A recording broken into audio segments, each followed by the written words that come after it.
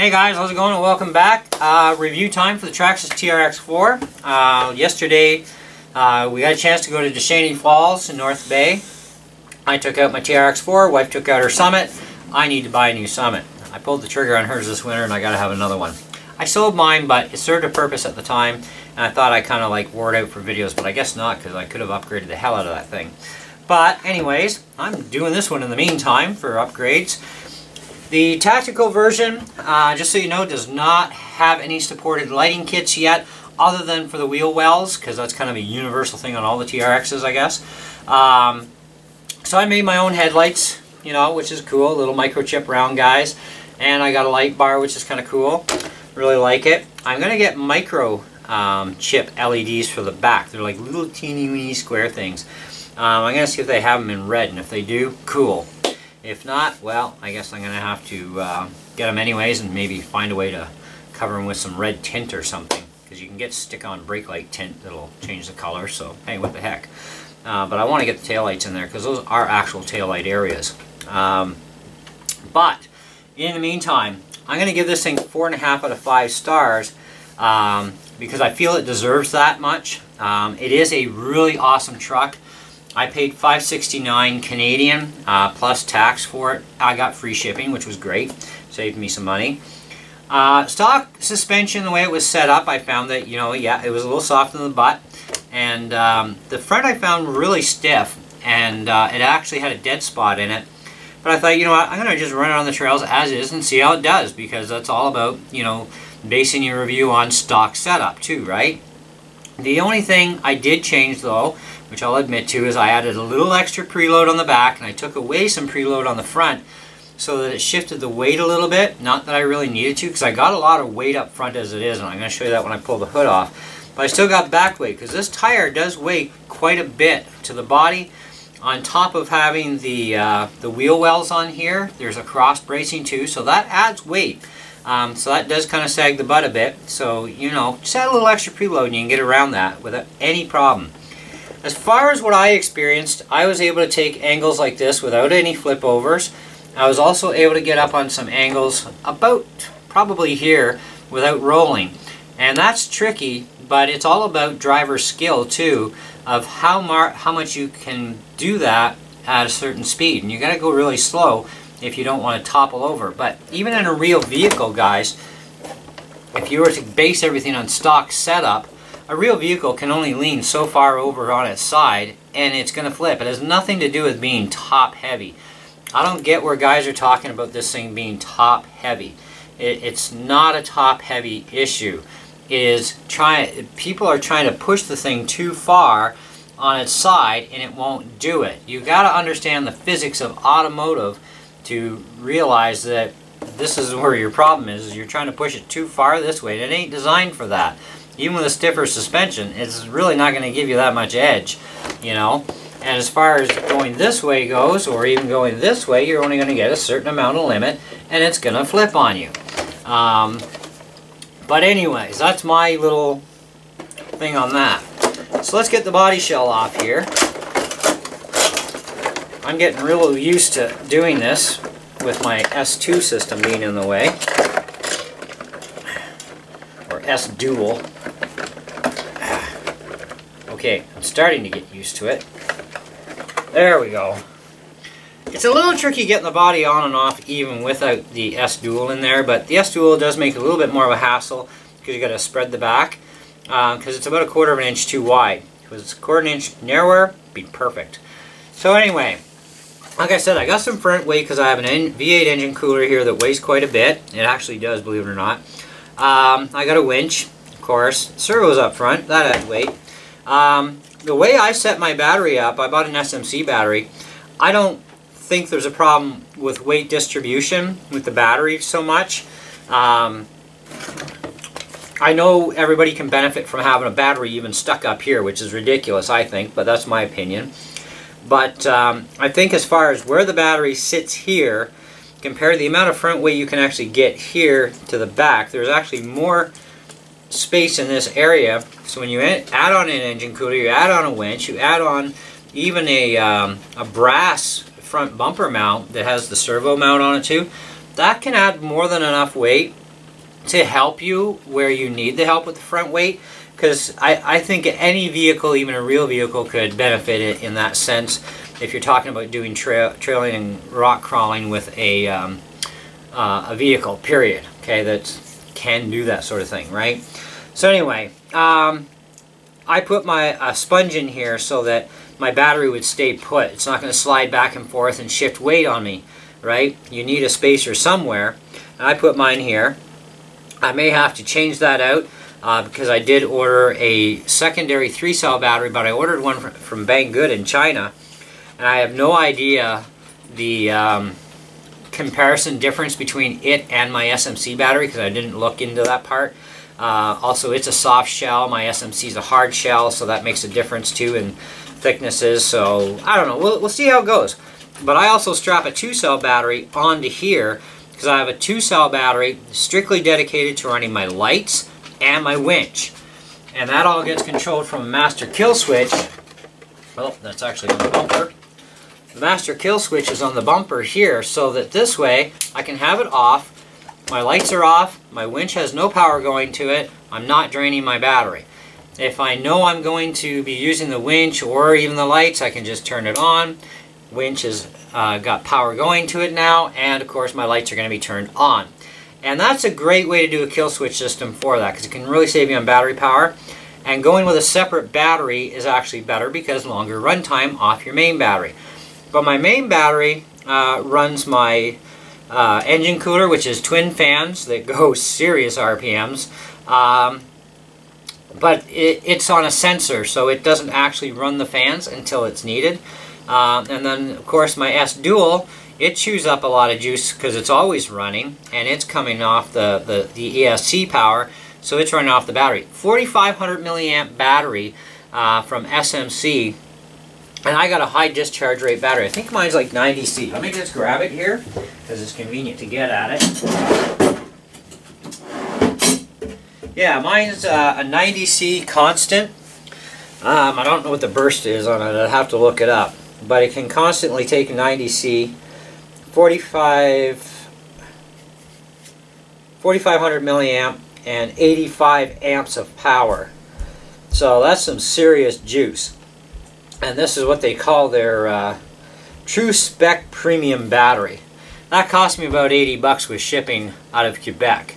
So that's not bad, you know. It's a good battery, fits nice in there, gets the job done. It's got a lot of weight to it. It's a pretty heavy battery actually. The truck sucks on a 2S battery. Your servo will even suck on a 2S battery on this thing. But on a 3S, the servo is awesome. The truck is awesome. Plenty of speed with the stock gearing. I have no qualms with how they've actually set up the gearing on this. It's great, okay? Having the 2S or 3S option, okay, that's pretty cool. But 3S actually does work best. Even on my STX10 deadbolt I had, which is, I'm going to be buying an STX10 too eventually. But I kind of got a little bit too bored, I guess, with the STX10 deadbolt. So it got sold and it created a purpose and so on. But even the STX10 that I had, I always ran pretty much 3S on it because it worked best with 3S. You know, it's just one of those things. The 21-turn motor in this thing is nice. I may be upgrading the motor down the road to probably a 35-turn, maybe 40, 45, somewhere in that area. I haven't quite decided.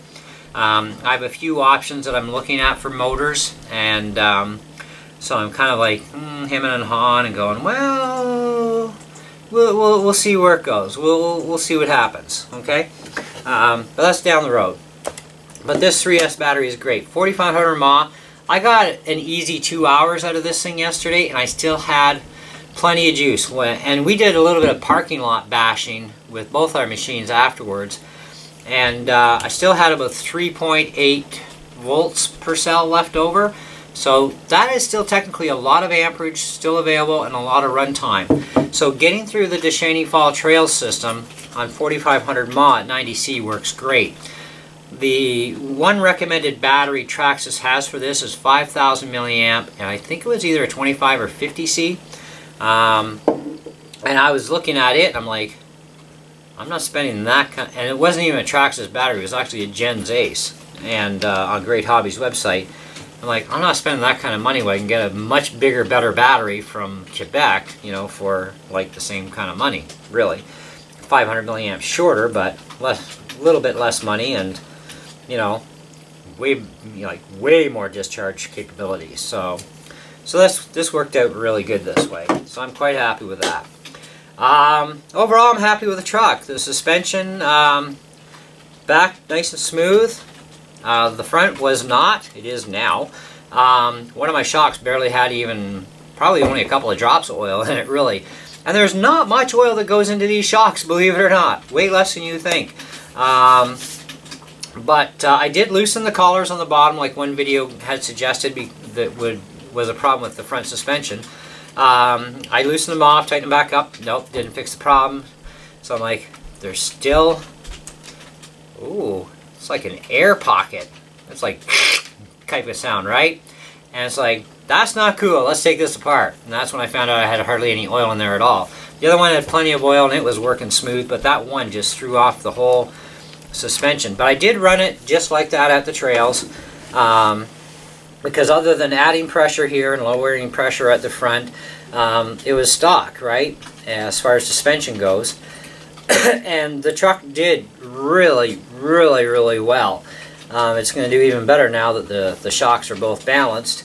And I am going to change the shock oil in the back just because I did the front, so I might as well do the back and make it all the same. And then I'll also know that it's all the same viscosity of shock oil. So what I'm using, by the way, because I know somebody will ask, is I got a little bottle of this Traxxas stuff that I got a while back. And I have no idea the viscosity level of it, but it's probably the same stuff they use in every single one of their machines. It's like an industry standard probably. Makes their life simpler. But that's what I'm using for now. I do have other shock oils at different weights, but I want to just have that Traxxas oil in there and just run it like that and see how things go. The gripe I do have about the suspension, though, other than that, is these plastic collars. With enough movement and vibration, they can actually loosen up on you. They're not going to tighten up, but they will loosen up on you with enough, you know, over time beating. I think they should have had a better kind of a lock, like with a locking collar over top, which wouldn't be a hard modification to do anyway. Then at least this way it would never move on you and it'd be a lot easier. You do have access to the suspension through the fender wells when the body's on, which is nice. Because then while you're on the trail, you can actually adjust things if you need to. You know, stiffen it up, loosen it up, whatever. You know, as long as you have a good eyeball to, you know, basically get a good idea within a half a turn anyway. You can get them balanced out pretty easy just by eyeball on the trail and do different setups. So you don't even have to take your body shell off to do that, which is great. Locking, unlocking disc, 2-speed tranny is great. This thing has cruise control. Can you believe that? Like, cruise control. Like, why would anybody put cruise control in? But when you start thinking about it, you know, we can get some finger fatigue going on, especially on a long trail run. Why not just have cruise control and steer the sucker through the trails, right? But you're going to have to be on the trigger if you're crawling, that's for sure. The multifunction knob will actually control it, but what you do is you just, you know, squeeze the trigger to the speed you want and really quickly click the set button, let go, and your cruise is set. If you want to add more speed, just dial in more to the right for more speed or dial it back for less speed. And set it right where you want it to keep up to the pace with your walking or whatever. Away you go. And it doesn't matter if you're in the high gear or low gear. It's whatever you set it at, it's great. So that's actually a really neat feature. I think when I get my own Summit again, I'm going to order in the receiver at least. And because it should work with that radio, because this is the same radio as the Summit, so it should be able to bind. And then I could get cruise control in the Summit, which would be kind of awesome. It'd be fun anyways. You use it once in a while. I used it a couple times yesterday and thought it was really sick. And we had we had a lot of people on the trail asking us about the truck, especially mine. Everybody thought it was a nitro truck because of the engine sound. And I was like, no man, that's electric. That's just like an engine box that's in there that makes the noise. You know, and they thought the truck itself was cool, plus the noise, you know, for the motor sound, and it's like, yeah, it is. It's a really awesome truck, And so we actually got stopped by quite a few people. And we always seem to when we're out with our RCs. You know, we always get people asking questions about our trucks and stuff, and you know, and it's kind of fun to talk to people about the hobby, you know. And we've met some people that are RCers as well, you know, which is kind of nice too. So it is good fun, you know, and it gets you out, that's for sure, and have a great time, very relaxing. And we're hoping to get out a lot this summer, not just to the falls, but other places as well. There's a couple of places we found here at home that we can go do some challenging with for climbing, as well as for some rock conquering and stuff. And we do have a trail system actually behind our church. We have a video somewhere, and I don't know even what it's called, but we do have a couple of videos on the trail system up by our church here in town, and we did some videoing in there, and that'd be a good place to even take this thing and have some fun too, and be a good outing for the day, you know, just to get out of the house, get out of, you know, Dodge basically for a couple hours. It's just to me it's a very amazing piece of kit. The metal links are nice all the way around. No issues with my servo horn. You know, I did push the truck pretty good. No issues. Even when it went brrr at the end of the trail down the root system, I was expecting something to give on that servo. It didn't. And I was like, oh, wow. It's like nothing got bent, no damage. The links on this are really thick, too. It's like, that's heavy duty. I mean, Traxxas really, you know, they really thought ahead very well when they designed and built this thing. Not only is it a heavy beast, but it's built. You know, I mean, that's a solid truck, you know. And the chassis system with the C-channel, very, very well done. Nice thick metal. I think the metal on this is actually probably thicker than what comes with the SCX10s. Just amazing piece of kit. Very happy with it. And I was a, you know, good boy and ordered more mod parts today. One of which was the switch for the ESC. There's a special little Dewey switch you can get, and it hangs a little tang down, and so you can just reach under and turn the ESC on and off. Saves you hauling that body on and off, because that is a pain in the neck. I mean, anybody who's got a TRX4 probably going through the same thing. It's like, man, you know, so you just order that thing and be done with it. It's not that expensive anyways. It's like under 20 bucks, so, you know, who cares? You know, at least it saves you that frustration. But yeah, tires nice and wide, great grip on the tires, nice and soft and sticky, you know, really good tires.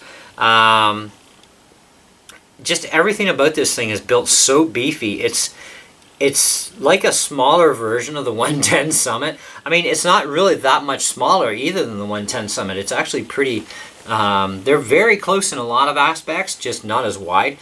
But you can get Widener kits anyways. But as far as the rest of it goes, the scheme that they used for the tactical camo, I like what they did. The camo is very nice on the body. Nice thick Lexan too. That is actually pretty thick stuff. So that's actually a good sign.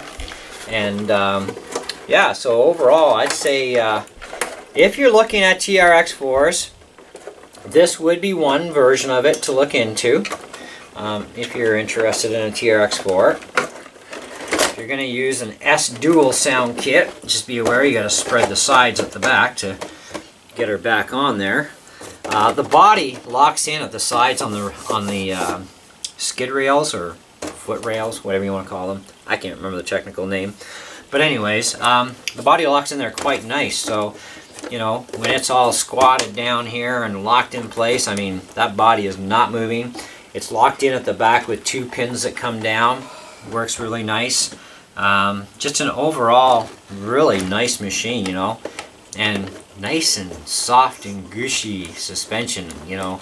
That's so nice for crawling with and for trail riding too. It's just nice. Can't say enough good things about it, you know. Very little bad points, you know, which is good. But anyway, that's what I got for you guys. Hey, if you're not subscribed, please subscribe, and then smash that bell to get notifications from my channel for videos. A lot more mod parts coming in. Of course, I ordered more today, but I'm still waiting for a boatload. I did get some in today, though. That's the next video right after this one, so stay tuned. It's cool. Catch you later. Ciao.